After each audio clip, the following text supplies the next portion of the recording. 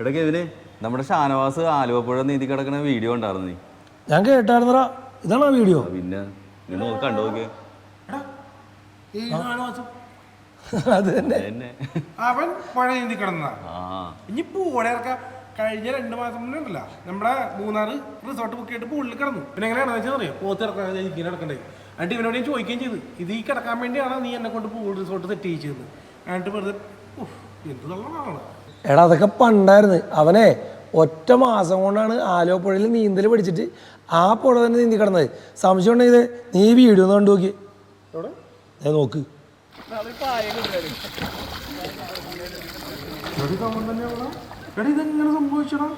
എടാ ആലുവയിലൊരു മച്ചാനുണ്ട് മച്ചാനെ.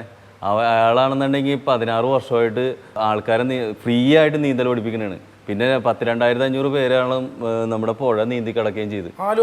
ആലുവപ്പുഴ. നീയേ ഇനി ആ ഷാനവാസിന് മുമ്പിലൊന്നും പോയി പെടണ്ട. നീ ഇവിടെ പഠിച്ച ലോക്കലി 100 മീറ്ററിൻ്റെ സ്വിമ്മിംഗ് പൂളല്ല, മനസ്സിലായ? ആലുവപ്പുഴയാണ്.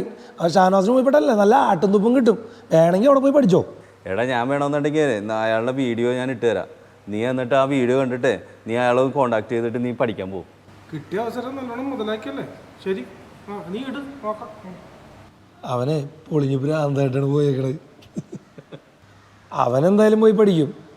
ഇനി വീഡിയോ കാണുന്ന നിങ്ങൾക്ക് ഓരോരുത്തർക്കും നീന്തൽ പഠിക്കണമെങ്കിൽ സജി സാറിൻ്റെ കോൺടാക്ട് നമ്പറും കാര്യങ്ങളും നമ്മൾ ഈ വീഡിയോ കാണുന്നതിൻ്റെ ഡിസ്ക്രിപ്ഷൻ ബോക്സിൽ ഇട്ടിട്ടുണ്ട്.